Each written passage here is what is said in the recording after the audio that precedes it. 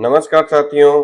जो आगामी uniform DBT जो 1 से 8 तक की जानी है पात्र बच्चों की, उसमें फैच बैंक अकाउंट कैसे करना है, जन आधार किस प्रकार से ऑथेंटिकेट करना है, ये पूरी प्रक्रिया इस वीडियो में बताई गई है। शाला दर्पण पे क्या क्या कार्य करने हैं और उसकी क्या क्या गाइडलाइन है, इसके संबंध में एक वीडियो बनाने जा रहे हैं। आप सभी से निवेदन रहेगा कि इस चैनल पर आप नए हैं तो इस चैनल को लाइक सब्सक्राइब शेयर जरूर करें। पूरी गाइडलाइन इसमें समझाई हुई है। सबसे पहले संकुल शिक्षा परिषद का आज का ये लेटर है, जिसके तहत ये कहा गया है कि जो राजस्थान की सरकार की बजट घोषणा है, उसके तहत कक्षा 1 से 8 तक के पात्र विद्यार्थियों को, जो पात्र विद्यार्थी हैं, उसके तहत उनको यूनिफॉर्म डीबीटी की जानी है, यूनिफॉर्म की सहायता राशि की जानी है। सभी पात्र विद्यार्थी को डीपीटी हेतु शाला दर्पण पर जन आधार का अधि प्रमाणित अनिवार्य है और जन आधार में बैंक खाता लिंक होना ये अनिवार्य है। जन आधार में बैंक खाता लिंक करने के लिए शाला दर्पण पोर्टल पर जन आधार अधि प्रमाणित पात्र विद्यार्थियों के जन आधार बैंक खाते को फेच करवाया जाना है। हमारे शाला दर्पण पर जन आधार में जो बैंक खाता है उसको फेच करवाना जाता है, जिसके लिए शाला दर्पण पर मॉड्यूल लाइव किया गया है।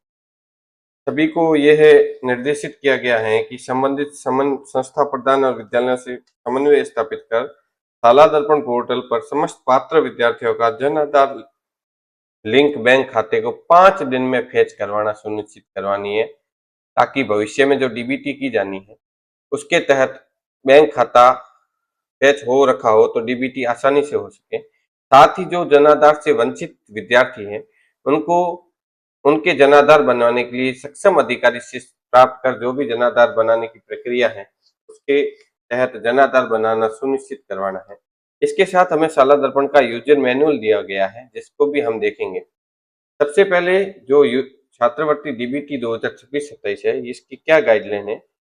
26-27 में सरकारी विद्यालयों कक्षा 1 से 8 तक अध्ययनरत पात्र छात्रों को, पात्र विद्यार्थी जो है उनको डीबीटी के माध्यम से वर्दी की सहायता का वितरण किया जाना है। राज्य सरकार की बजट घोषणा है, इसके तहत कार्य शाला दर्पण से होगा।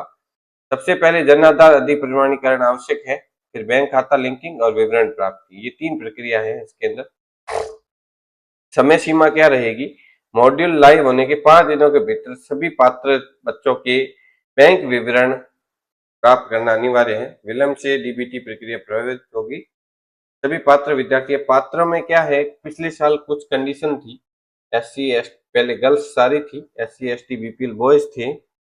अब उसमें इस बार की क्या पात्र कंडीशन है, इसका अलग से लेटर आएगा। सबसे पहला इसका चरण होगा, शाला दर्पण की आपको वेबसाइट ओपन करनी है। शाला दर्पण वेबसाइट के बाद आपको स्कूल और पब्लिक ऑफिस लॉगिन करना है, आपके ID पासवर्ड लगाने हैं। फिर आपको योजनाओं में जाना है। योजना में छात्रवृत्ति डीबीटी प्रणाली है, उसके अंदर आपको स्टूडेंट यूनिफॉर्म डीबीटी पर एज ए स्कूल क्लिक करना है। शाला दर्पण पर वैकल्पिक लॉगिन के लिए आपको भी SDBSP लॉगिन भी आप कर सकते हैं, उसके ऊपर भी यूनिफॉर्म ओपन हो जाएगी। जैसे यूनिफॉर्म ओपन होगी, आपको यूनिफॉर्म स्टेटस पर क्लिक करना है। सत्र और स्कीम चुननी है, यूनिफॉर्म स्टेटस और पात्र छात्रों की सूची करनी देख लगी। और इस चरण में जो छात्रों का डाटा है वो जनाधार बैंक विवरण से प्राप्त करना है, तो गेट क्लास वाइज डाटा पे क्लिक करें, कक्षा चुने।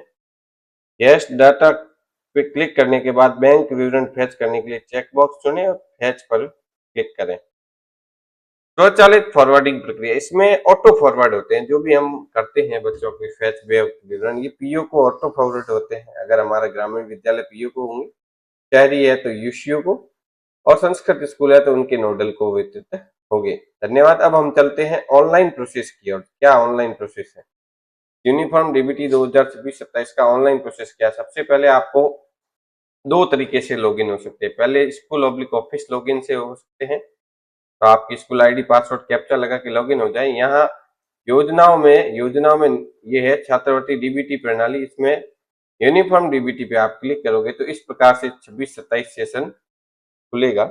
अभी 26-27 आ नहीं रहा है क्योंकि ये यूजर मैनुअल है, जल्द ही ये शुरू होने जा रहा है। आगामी जैसे ही शुरू होगा तो इसका वीडियो अलग से आपको लाइव करके बता दिया जाएगा।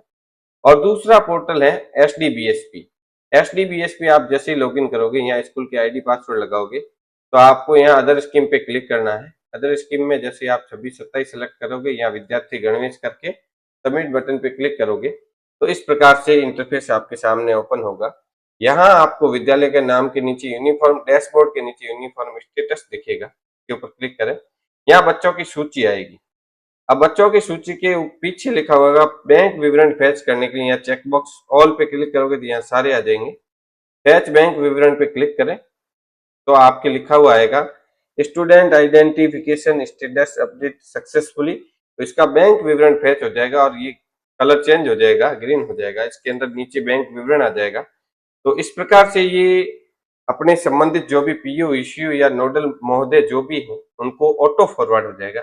इस प्रकार आपको सभी पात्र बच्चों की यूनिफॉर्म के अंतर्गत बैंक विवरण फैच करने हैं, और आपको आधार और जन आधार ऑथेंटिकेट करने हैं।